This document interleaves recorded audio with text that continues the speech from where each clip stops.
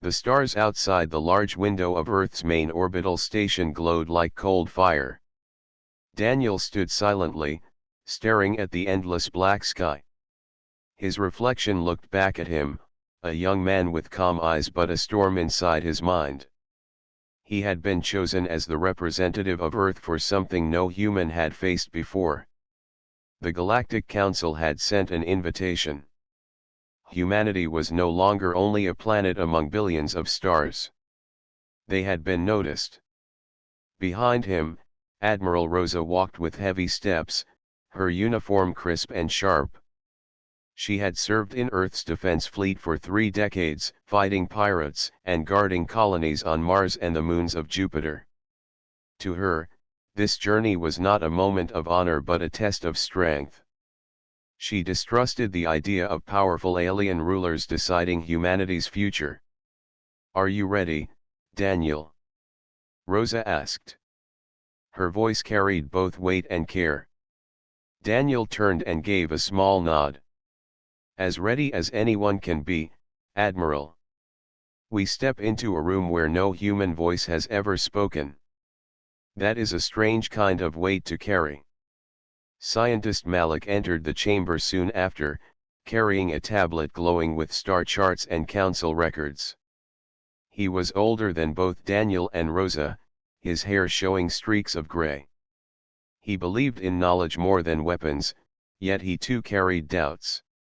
"The council is not only a government," Malik explained. "It is a stage. Every species there watches, measures, and judges. They will test us before they accept us."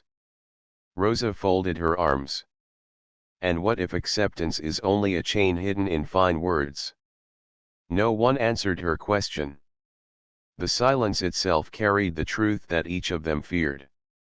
The Earth delegation boarded their vessel, a silver ship named Aurora. It was small compared to the massive alien cruisers that traveled the trade lanes, but it was built with human hands, strong and efficient. As the engines roared and the stars shifted, Daniel felt the ground of Earth slip away. Ahead lay the Galactic Council station, a place described in old transmissions but never seen by human eyes. The journey took several days. Along the way, Malik shared information about the Council. It had existed for thousands of years, built by species far older than humankind. Dozens of worlds were part of it, bound together by laws, trade, and shared defense. But whispers suggested that some species had been forced into membership rather than joining freely. Daniel listened carefully. He understood that history often carried hidden lessons. "If they expect us to kneel, then they do not know us," he said quietly. Rosa gave a thin smile. "Let us hope you are right, Representative." At last, Aurora approached the council station. The site filled the viewports with light and shadow. It was a colossal ring, spinning slowly, with towers rising into the dark like mountains made of steel and crystal. Entire cities floated along its outer rim, while great halls glowed at the center. Ships from 100 worlds came and went, some shaped like insects, some like birds, some like strange machines beyond human imagination. Daniel's breath caught in his chest. "So this is the heart of the galaxy's order. Or the heart of its pride," Rosa muttered. The docking process was smooth. Alien officers, tall and silent, guided the human vessel into its assigned berth. The airlocks opened, releasing a rush of unfamiliar scents, metal mixed with strange spices. Daniel, Rosa, and Malik stepped forward in their formal uniforms, carrying the flag of Earth. The welcoming hall was filled with alien delegations. Some had bright feathers, others had shimmering skin like liquid glass, others towered on long limbs. Their eyes, antennae, and other features turned toward the humans with sharp curiosity. Whispers spread in languages the translator devices struggled to keep up with. "New species," one alien voice hissed. "Fragile but bold, another murmured. Too young for these halls, a third added. Daniel kept his shoulders straight, refusing to bow under their stares. He reminded himself that he was not standing there as one man but as the voice of billions back on Earth. A tall alien in silver robes approached. Its face was hidden by a mask of polished stone, and its voice echoed with power. Humans of Earth, welcome. You have been summoned to sit before the council. Today, your destiny among the stars begins. The delegation followed the masked figure through towering gates into the main chamber. It was a circle of seats, each carved for a different species. Some were like thrones, others like pools of water, others platforms that floated in the air. At the very center was a shining table of light where matters of law and decision were debated. The human seat waited at the far edge, smaller than the others.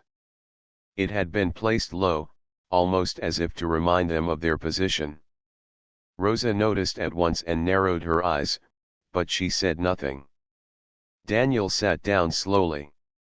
Around him, alien leaders leaned forward, studying him as if he were an insect trapped under glass. The weight of their attention pressed heavily, but Daniel refused to flinch. For the first time in history, humanity had entered the chamber of the Galactic Council. The future was uncertain, the path dangerous, but one truth was clear. Humanity's voice would be heard. The chamber of the Galactic Council glowed with light that seemed to have no source. High above, energy streams circled the ceiling like rivers of fire. Every seat around the circle was filled with alien leaders. Some floated in liquid spheres, others breathed clouds of colored mist, while a few spoke in voices that rattled the walls. It was a stage of power, and at its edge sat the humans, small in number but firm in presence. Daniel sat straight in his chair, hands resting on the polished table before him. Beside him, Admiral Rosa sat with folded arms, her sharp eyes watching every move. Scientist Malik tapped at his device, recording details, his calm face hiding quiet thoughts. Together they formed Earth's voice in this room of giants. A chime rang, deep and steady, signaling the beginning of the session. From the center, a robed figure rose. Its skin shimmered like scales under water, and its eyes glowed faintly gold. This was Elder Veyron, one of the most senior voices of the council. The entire hall grew quiet as he raised his long arms. People of Earth, Veyron said, his voice smooth, his tone heavy with authority. You have stepped into the circle of unity, a gathering older than your species' first tools. The council welcomes you. Today we offer you more than words. Today we offer you a place among us. The words echoed, carried by hidden speakers across the hall. Aliens leaned forward, listening for the response, but Veyron continued before any human could speak. Your planet is young. Your fleets are small. Alone, you face dangers beyond imagination.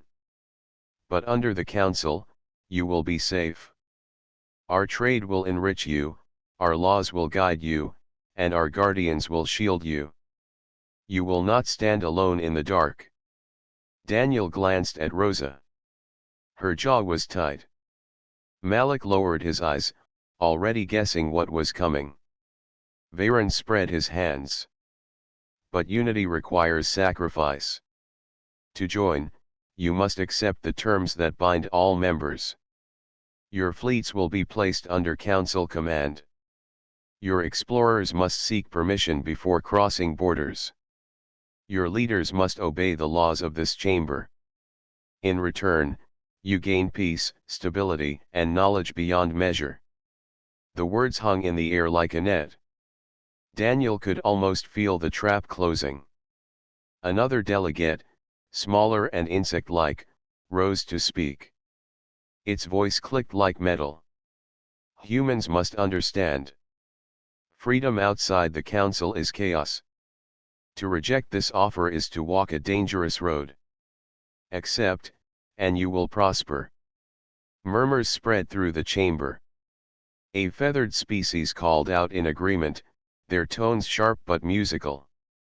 A crystalline being spoke in a hum that shook the floor, warning of pirates and hostile empires outside the council's borders. Each voice added weight to the same point: surrender your independence and gain protection. Rosa leaned closer to Daniel and whispered so only he and Malik could hear.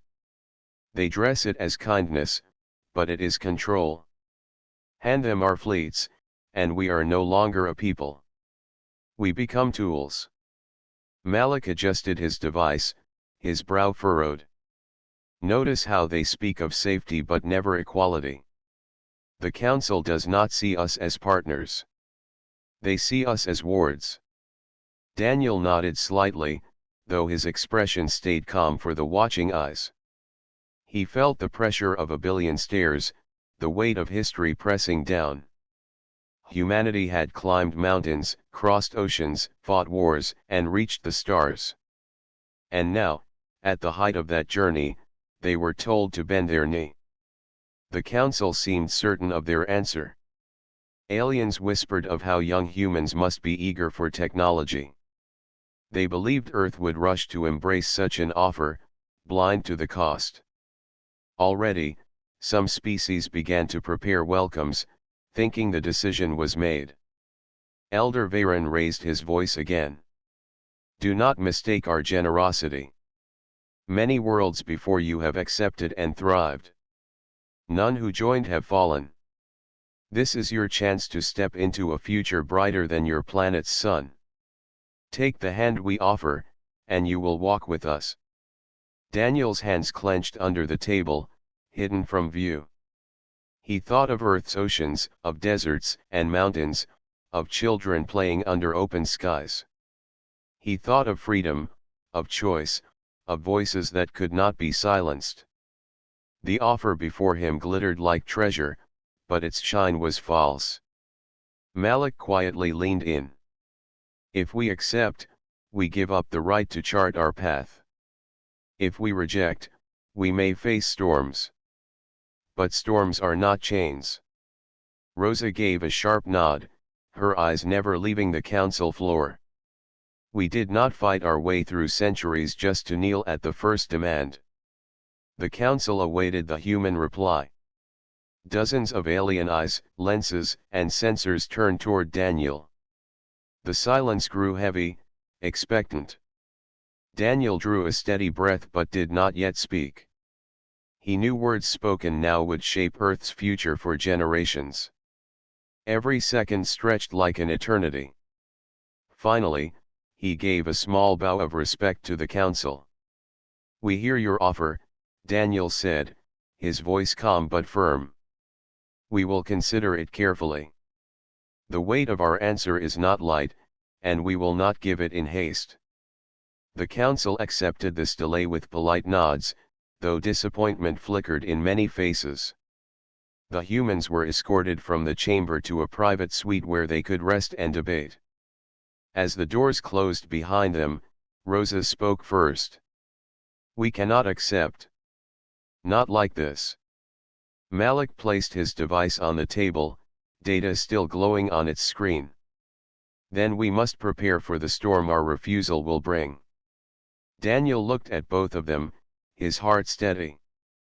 Then let us prepare. For tomorrow, we give our answer. The chamber door closed with a soft echo, shutting out the countless alien eyes. For the first time since they had arrived, Daniel, Rosa, and Malik were alone. The private suite was quiet, though the walls still glowed faintly with council light. A long table stretched across the center, and soft chairs surrounded it. It was meant for comfort, but tension hung in the air heavier than stone. Daniel sat down slowly, resting his hands on the polished surface. Rosa remained standing, pacing with sharp steps, her boots striking the floor in steady rhythm. Malik moved calmly to the far side, placing his device on the table. The glowing screen showed maps, trade networks, and fragments of information about Council history. For a long moment, no one spoke. The silence itself seemed to ask the question, what should humanity do? Rosa broke it first. You heard them. They want our fleets, our explorers, even our laws. They offer shiny gifts, but it is all a leash. If we agree, Earth becomes nothing more than a subject world. We lose everything we fought to build. Daniel lifted his eyes. And if we refuse? They warned us about dangers beyond their borders. Isolation could bring threats we cannot face alone. Pirates, hostile empires, wars we are not ready for. Rosa stopped pacing and turned to him. Better to stand on our own feet than kneel under their rule. Do you want humanity remembered as a people who gave away their freedom the first time it was tested? Malik spoke before Daniel could answer. His voice was calm, but his words carried weight. History teaches us both paths hold risk. There were times when nations on Earth accepted protection from stronger powers. Some survived in peace. Others lost their identity forever. And there were times when nations refused and suffered wars, yet their spirit endured. Which lesson do we follow now? Daniel leaned back, his mind racing. If we accept, Earth will grow stronger in trade, knowledge, and safety, but we will never be equals. If we refuse, we may suffer now but keep our independence. Rosa's voice hardened. You call it safety. I call it chains painted gold. Malik tapped on his device, showing old council records. Notice something, he said. Every species that joined early is bound tightly. But those who resisted, those who bargained hard, gained more respect. Some even forced the council to treat them as equals. The council is not one mind. It is a collection of rivals. Some admire strength. Daniel leaned forward, studying the glowing maps. So you are saying that if we show courage, we may not stand alone. Some within the council may even secretly support us. Malik nodded. Exactly. Courage creates respect. Weakness invites control. Rosa crossed her arms. Then we know our path. Refusal. Daniel did not answer immediately. He stared at the maps, at Earth's small blue dots surrounded by endless darkness. He thought of his family, of children playing under the sun, of oceans stretching far and wide. He thought of the countless voices back home who trusted him to speak for them. What if refusal brings war? Daniel asked at last. Rosa's voice was steady. Then we fight. Humanity has always fought when survival demanded it. We are not the strongest, not the oldest, but we are stubborn. That stubbornness brought us here. Malik's eyes softened. Not only stubbornness, Daniel. Hope too. We dream bigger than our size. We reach for stars others call impossible. That is also our strength. The room grew quiet again. The three of them stood at a crossroad where every path carried danger. But one truth began to rise above all others. Daniel slowly stood. His voice was calm but firm. Then our answer is clear. We cannot accept their offer. Not like this. To do so would betray everything we are. Rosa gave a sharp nod, pride flashing in her eyes. Finally, words worth carrying into that chamber. Malik closed his device and folded his hands. Then let us prepare our statement. We must speak with clarity, so there is no mistake. Our voice must show respect, but also strength. If we are divided, they will see weakness. If we are united, they will see resolve. Daniel walked to the window at the far side of the suite. Outside, ships of countless designs moved across the stars. The council station glowed like a city of light, vast and proud. But beyond it, the black of space stretched endless, untamed, and free. He spoke softly, but both Rosa and Malik heard. They think they are giving us a gift. They do not understand that freedom is the gift we already carry. We will not trade it for anything. Rosa placed her hand on the table with force. Then tomorrow, let us tell them. Not with anger, not with fear, but with certainty. Let the galaxy know who we are. Malik nodded slowly. And let history remember this moment as the day humans chose their own path. The three of them exchanged a look. They were not only a delegation now. They were the weight of humanity's decision, a decision that could shape centuries. Daniel turned from the window, his eyes steady. Then tomorrow, I will speak for us all. The debate was over. The choice was made. Humanity would not bow. The next morning came with a silence that felt heavier than stone. The private suite glowed with soft light from the walls, but none of the humans noticed. Daniel stood before a mirror, adjusting the collar of his dark uniform. His reflection showed calm features, but his heart carried the weight of an entire planet. Behind him, Admiral Rosa checked her datapad, reading the notes they had prepared. Malik sat at the table, eyes closed, as if searching for strength in quiet thought. Once we step into that chamber, there is no return, Rosa said firmly. Our answer will echo through every star system here. Are you ready for that, Daniel? Daniel looked at her reflection in the mirror. I am not ready. No one could ever be ready for this. But I am willing. Malik opened his eyes and smiled faintly. That is enough. Soon, the door opened and an alien officer arrived, tall and thin, with skin like polished stone. The council awaits, it said in a voice like distant thunder. The humans followed.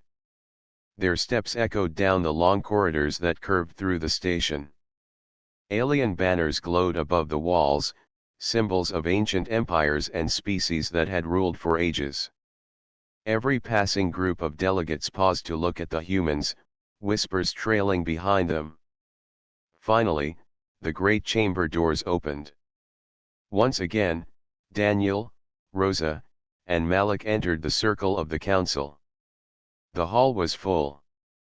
Dozens of alien leaders sat in their seats, their eyes, antennae, and lenses all turned toward the humans. The light from the ceiling seemed brighter than before, as if the room itself leaned closer to witness the moment. Elder Varen stood in the center, his silver robes flowing. His golden eyes glowed with expectation. Humans of Earth, he called, his voice smooth and strong. You have heard our offer. You have rested and debated. Now, the council calls for your decision. Will you join us and walk under our unity? A hush fell over the chamber. Every alien waited for the expected reply. Many believed humans would bow, grateful for the chance to stand among giants. Some had already begun to imagine Earth as another obedient world. Daniel rose slowly from his seat. His heart pounded, but his voice was steady when he spoke. Honored Council, we thank you for your welcome. We thank you for showing us your strength, your history, and your vision. But today, I must give you Earth's answer. The room leaned in closer. Daniel continued. We cannot accept the terms you place before us. Humanity will not surrender its fleets, its explorers, or its freedom. We choose to stand as an independent people. Gasps and sharp sounds filled the chamber. Some voices hissed with anger, others whispered in shock. A reptilian elder slammed a claw against the table, the sound like cracking stone. You dare refuse, it roared. Daniel held his ground. We do not refuse friendship. We do not refuse peace. But we will not bow. Freedom is not a gift to trade. It is who we are. Without it, we are nothing. An insectoid delegate rose, its wings buzzing in agitation. Humans are reckless. You do not know the dangers beyond these walls. You will fall without our shield. Rosa stood beside Daniel, her voice sharp and clear. Better to fall standing than to live kneeling. The chamber erupted again. Some shouted insults, others demanded silence. A few remained quiet, watching with eyes that glimmered with something closer to respect. Malik rose as well, his calm tone cutting through the noise. You call us young. That is true. But youth is not weakness. It is strength. Humanity has faced storms before. We have crossed oceans, climbed mountains, and reached the stars with hands that once held only fire. Do not mistake our choice as ignorance. It is conviction. The room fell into uneasy silence. Elder Veyron's golden eyes narrowed. He studied Daniel, Rosa, and Malik as if weighing their souls. Do you understand the path you choose? To reject us is to risk isolation. The Council protects its own.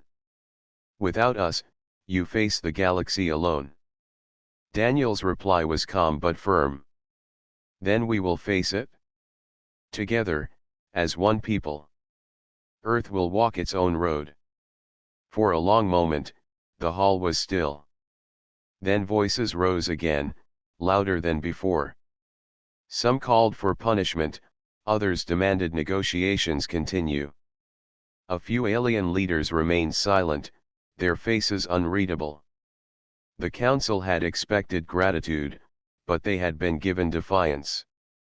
At last, Elder Veyron raised his hand, and the chamber grew quiet again.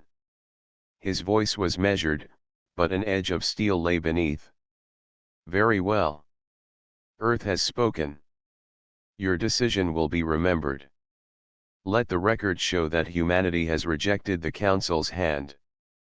The lights dimmed slightly, signaling the end of the session. The humans were escorted out, but this time the whispers behind them were not filled with curiosity alone. They carried anger, disbelief, and something new, fear. Back in their private suite, Rosa let out a sharp breath. It is done. The storm will follow. Malik placed his device on the table, recording the moment for Earth's archives. Yes, but history will remember this as the day humanity stood tall. Daniel looked out the window once more at the endless stars. His voice was quiet, but steady. We have chosen our path. Whatever comes, we will walk it free. The chamber did not return to calm after the humans left. The council floor shook with voices, some sharp with anger, others heavy with doubt. The refusal of Earth spread across the seats like fire across dry grass. A reptilian elder leaned forward, his scaled hands gripping the edge of his platform. This is arrogance, he hissed. A young world dares to spit on the council's hand. If we let them stand alone, others may follow. The chain of unity will weaken. A feathered delegate with bright red wings answered sharply. Or perhaps it shows spirit. Too often new worlds come begging for gifts. These humans do not. That is not weakness. That is strength. The insectoid representative clacked its mandibles together in agitation. Strength? No. It is foolishness. The galaxy is not kind. Alone, they will be crushed, and their cries will stain us all. We must act now, before their pride brings danger. The hall stirred with restless energy. Some species called for punishment, demanding sanctions and restrictions on Earth. Others whispered about sending fleets to teach the young world a lesson. But among the noise, a few voices spoke in quieter tones. A crystalline being with a body that glowed faint blue said, "I watched their faces. They did not speak with fear. They spoke with certainty. Such conviction is rare. Perhaps we should not dismiss it." Another elder, whose form was hidden beneath a flowing robe, spoke in a voice like wind through leaves. "The humans remind me of the Karens when they first arrived. They too refused to kneel. Today, the Karens are one of our strongest allies. Perhaps these humans will walk a similar path." Still, the division grew sharper. Elder Veyron, who had guided the session, raised his hand to call for silence. His golden eyes glowed brighter as he looked around the circle. "We stand at a moment of choice. The humans have rejected our terms. Some see danger. Some see promise. What shall we do?" The chamber broke into argument once more. Outside the chamber, Daniel, Rosa, and Malik waited in their suite. They could hear faint echoes of the debate through the walls, though the words were lost in the hum of voices. Rosa paced back and forth, her face set in hard lines. "They are angry," she said. "I can feel it. Some of them want to strike at us already." Malik leaned calmly against the table, his device glowing with notes. "Yes, but not all. There are some who admire what we did. I saw it in their eyes. They may not say it openly, but they know courage when they see it." Daniel sat by the window, watching the stars beyond the glass. "If we divided them, that may be enough. If they argue among themselves, they cannot unite against us." Rosa stopped pacing and turned toward him. "That may buy us time, but it also paints a target on our backs. We must be ready for pressure, sanctions, even threats." Daniel's eyes stayed fixed on the stars.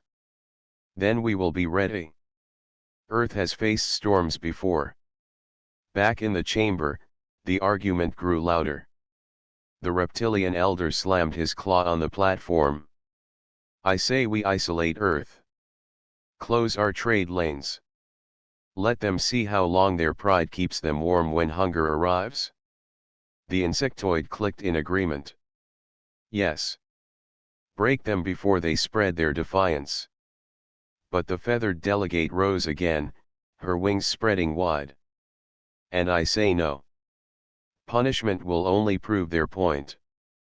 They will call us tyrants, and the galaxy will listen. Better to watch. Better to let them prove if their strength is real." A wave of murmurs followed. Some nodded, some hissed, some remained silent. The council was no longer one voice but many, broken by the refusal of a single young species. At last, Elder Veyron called again for silence. His voice was calm but carried the weight of command. "Enough. The humans have chosen. We will not decide their fate in one night. Let each delegation return to its hall and consider what this means. For now, let them stand as they are." The chamber lights dimmed, signaling the session's end. The alien leaders filed out, some with anger in their steps, others with quiet thought. In their suite, the humans received the news. Malik read the message displayed on his device. "The council has adjourned. No decision on us yet." Rosa gave a sharp laugh. "No decision is still a decision. They are shaken." Daniel rose to his feet. His face carried both relief and determination. "Then we have done what we came to do. We showed them humanity will not bow. Whatever storm follows, we face it together." The three of them stood side by side, silent for a long moment. Outside the window, the council station gleamed with light, but beyond it stretched the endless dark. Somewhere in that dark, Earth waited, proud and free. The humans returned to their private suite after the council adjourned, but there was no relief in the air. The weight of the galaxy seemed to press down on them. Daniel stood by the window, looking at the stars that stretched endlessly into the black. Each point of light was a world, and many of those worlds were now watching Earth closely. Rosa paced the room, her boots striking the floor with sharp rhythm. They are already discussing sanctions. Some fleets may be redirected, and trade lanes could be closed. This will not be easy. Malik, calm as ever, adjusted his device and pulled up readings of distant star systems. They cannot ignore us completely. Some delegates admired our stance today. That gives us allies, though hidden. Not everyone in the council wants to punish humanity. Daniel turned from the window. Then we must be careful. Strength alone will not save us. We need strategy, preparation, and patience. If they think we are reckless, they may strike first. If they see resolve, they may hesitate. Rosa stopped pacing and fixed her eyes on him. You speak as though we can predict what 100 alien species will do. We cannot. All we can do is prepare ourselves and hope our courage holds. The room grew quiet for a moment. Outside, the hum of the council station pulsed faintly, like a living heart. Daniel's mind traced the paths of the vessels moving across the docks, the fleets of countless worlds that could overwhelm Earth in an instant. But he refused to feel fear. We will face what comes, Daniel said finally, his voice firm. If isolation comes, we will build new alliances. If threats come, we will meet them with resolve. Humanity has never shied away from challenge. Malik nodded. Correct. And we must not underestimate the power of example. By standing firm, we show that strength is not only measured in numbers or weapons. It is measured in will. Rosa leaned against the table. They will test us. Already, whispers circulate that our fleets are small, our defenses limited. We must strengthen our position quietly. Earth cannot wait for permission from the Council to secure itself. Daniel studied the stars again. We have technology, knowledge, and ingenuity. That is our advantage.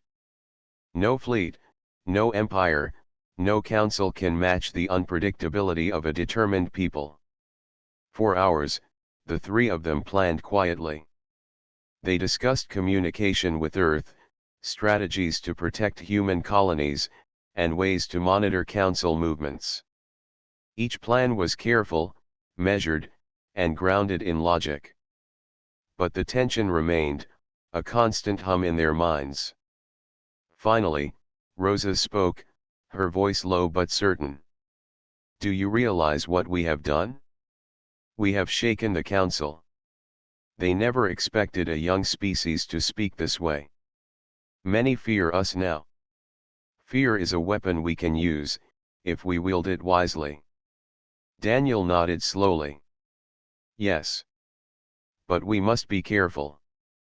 Fear can turn allies into enemies if misused. We must show strength without recklessness. Courage without thought is no better than rashness. Malik smiled faintly. And we have courage. It is written in every action humanity has taken since the first settlements left Earth. Courage is in our history, in our science, in our survival. They cannot take that from us. Rosa straightened. Then we wait. The council will act, or it will falter. Either way, humanity must be ready. Tomorrow, the galaxy may move against us. Or it may hesitate. But we must not falter. Daniel turned to them both. Remember, we represent more than ourselves. We carry the hopes of billions. Our strength is not only our fleets or weapons. It is our unity. Earth will not be divided. That is the message we send by standing firm. Malik's device beeped, showing incoming messages from Earth. Daniel opened them carefully. The replies were full of support and trust. Citizens from every continent sent words of encouragement. People understood the gravity of the moment, and they trusted their representatives. Rosa smiled briefly. Then we are not alone. Even if the Council seeks to isolate us, humanity is united. That is a power no alien fleet can ignore. Daniel took a deep breath, feeling the calm before the storm. The galaxy is watching. Some with doubt, some with respect, some with anger. Let them watch. Let them measure us. We will show them that humans are not a species to be underestimated. The night passed with quiet preparation. The hum of the council station remained outside, but within their suite, humanity's representatives stood ready. They did not know what would come next. They only knew this: whatever the council decided, Earth would face it with courage, unity, and freedom. By the time the next cycle of the council began, Daniel, Rosa, and Malik were ready. The tension in the galaxy was rising, but humanity's resolve was stronger. The storm had not yet arrived, but the humans were prepared to meet it head-on. And in that quiet confidence, they found strength. The Galactic Council reconvened, but the atmosphere was different. The humans' refusal had sent ripples through every species. Some were angry, others curious, and a few quietly respectful. Rumors had already begun spreading. A young species had stood tall and rejected the offer of safety, trade, and guidance. Daniel, Admiral Rosa, and Malik entered the chamber once more. Their steps were measured and steady. Every pair of alien eyes turned toward them. Some flickered with annoyance, others with fascination. But the humans did not falter. They carried the weight of Earth with confidence, and it showed. Elder Varen rose from the center of the chamber. His golden eyes glowed like molten metal. Humans of Earth, your decision has shaken the council. Some see defiance as folly. Others see it as courage. The galaxy watches, and we watch you. Explain yourselves. Daniel stood tall, his voice calm but unwavering. We do not reject peace, nor friendship. We do not reject cooperation or knowledge. But we will not surrender our independence. Humanity values freedom above all. It is the essence of who we are. To give it away would be to give away our very nature. The room was silent, save for the whispers of the delegates. Some shifted uncomfortably. Others leaned closer, intrigued by the honesty and certainty in Daniel's voice. Rosa and Malik stood on either side of him, silent but resolute, a visible reminder that Earth spoke as one. A reptilian elder hissed angrily. Do you not understand the dangers? Alone, you are small. Your fleets cannot match ours. You will be crushed if you face true enemies. Daniel's eyes did not waver. We are aware. But we have faced dangers before. Humanity has survived floods, fires, wars, and famine. We have crossed oceans, walked on mountains, and reached the stars. We will survive this as well. Not because we are strongest, but because we are united and determined. The chamber murmured. Some delegations whispered in admiration. A few crystal beings tilted their heads, considering the humans' words carefully. Even Elder Varen's expression softened slightly. Malik stepped forward, holding a small device projecting holographic images of Earth's fleets and colonies. We are not unprepared. Our defenses are ready. Our people are united. And we have plans to grow stronger. Humanity will not walk blindly into danger. but we will also not bow. A feathered elder with bright plumage spoke next. Perhaps they are correct. Perhaps courage and will cannot be ignored. If humans can survive against odds so great, they may teach us lessons we have not yet learned. The insectoid representative clicked in frustration but paused. Even among those who doubted, the message was clear: these humans were different. They were small, young, and untested, yet they spoke with a unity and certainty that few older species possessed. Elder Veyron's voice finally rang through the chamber. It is rare for a species to walk into the council and say no. It is even rarer for us to listen and take notice. Humans of Earth, you have chosen your path. We will record your decision. The galaxy will remember it. As the session adjourned, the humans were escorted out. But unlike before, the whispers followed them with awe as much as anger. Stories of their courage spread quickly. Across the council, young species whispered about Earth, and even older species spoke in quiet admiration. Back in their private suite, Rosa let out a long breath. It is done. They will remember us. Malik smiled faintly. Yes. And they will think twice before underestimating humanity. Courage has weight, even among the oldest empires. Daniel stood by the window, looking at the distant stars. We have chosen freedom. There is risk, yes, but there is also dignity.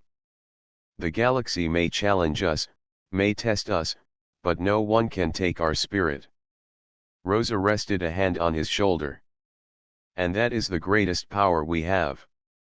Not weapons, not fleets, not technology, but the will of a people united. Malik nodded. We have set a precedent. Other young species will look at Earth and see that it is possible to stand firm. That defiance is not always weakness. Sometimes it is the path to respect. Daniel turned away from the window, his face steady. Let them watch. Let them measure us. Humanity will face whatever comes, together. And one day, perhaps, they will join us not because we begged, but because we earned their respect. The three of them stood in silence, feeling the quiet triumph that comes not from victory in battle but from standing for principle.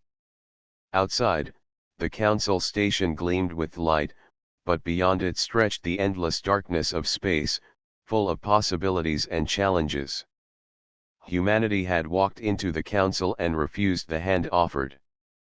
They had chosen independence over comfort, courage over fear, and unity over obedience. That choice would be remembered. Across the galaxy, the tale of the humans who said no would be told for generations. And on Earth, the people would know that their representatives had faced the galaxy with courage, and had returned with dignity intact. Freedom, once again, was theirs to protect.